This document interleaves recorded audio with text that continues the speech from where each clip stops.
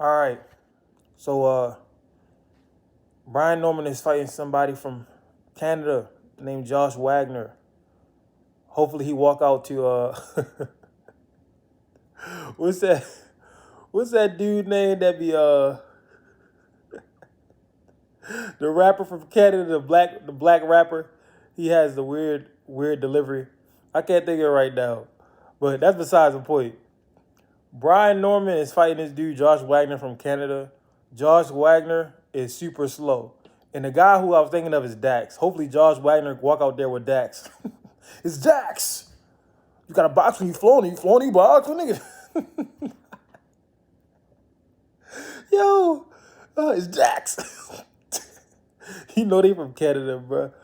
Even black people that grow up around white people in America ain't gonna jump in the studio and say, it's Dax. But look, here's the thing, man.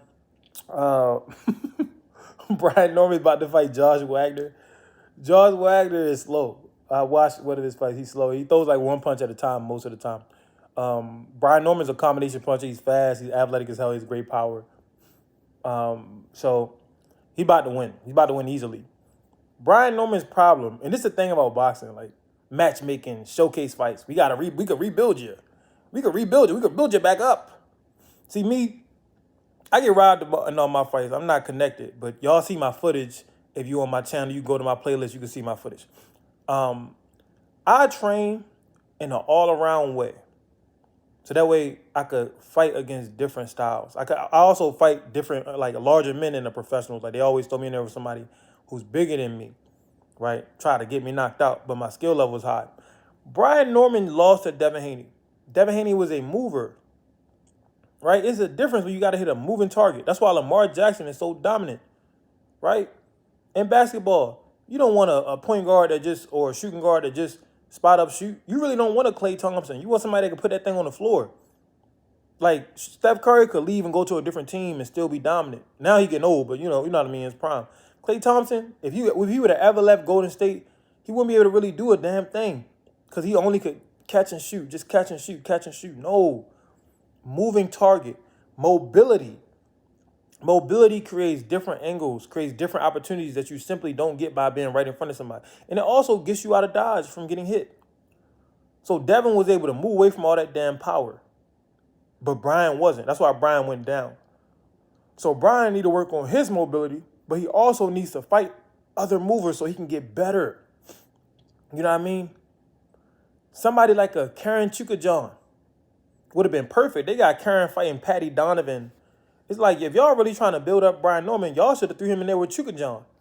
Chukajan would have got him right. You don't know how to box against move. You see, Boots had trouble with it, but Boots is at a higher level than Brian Norman. That's why Brian turned down the fight with Boots.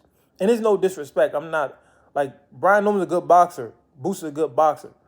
But Brian Norman, on the record, turned Boots down. So I'm not trying to say, like, oh, Brian is trash. No. Brian Norman struggles against movers. So he's about to fight a white dude who doesn't move that much. He moves straight back sometimes, but he just jumps back. His feet aren't good. And it's not the fact that he white, that's not what I'm saying. Like, it's white people that could box and move and all that. Joe Kawasaki he'd have did Brian bad. Unless Brian could make the adjustment and learn how to cut the ring off and learn how to deal with movers and add in some movement himself. We know who'll be a good fighter for Brian Norman to go watch?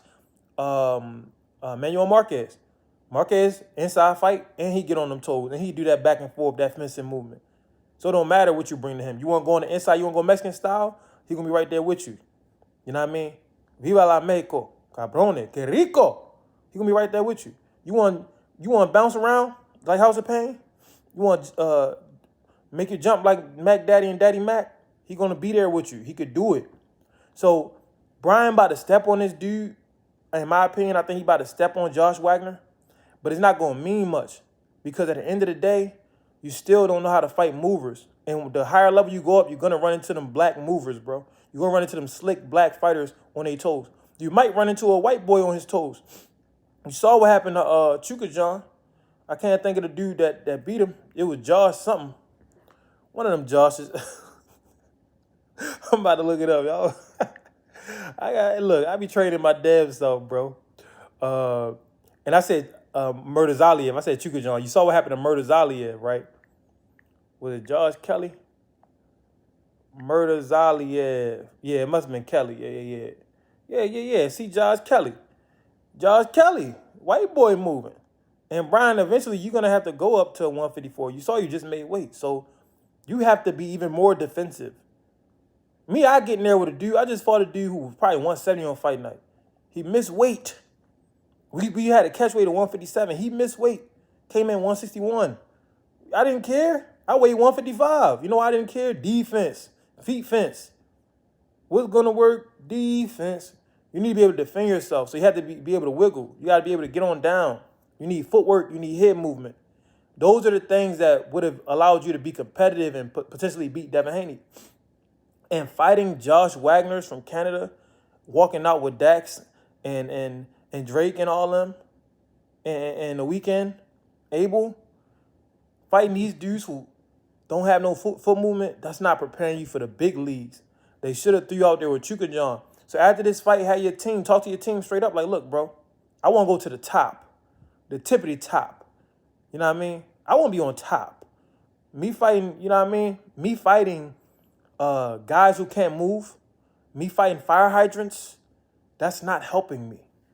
That's not going to bring me to the top. So y'all need to put me in front of guys that could potentially hurt me, that can move, just like Devin Haney, so I can practice and get better. Forget the showcase fights, all that. Oh, we'll rebuild you. We'll build you back up. Fans aren't even interested in boxing. They don't even follow boxing that close no more. Who cares? You can lose 3 fights in a row. If they bring you back and you beat a big name, it's like you didn't even lose, bro. Nobody's really that invested. Go out there, get real experience, fight some people that can move, and then you get good enough to where you can rematch Devin and you can win a damn fight. You can win it. Goddamn fight. But y'all let me know what y'all think.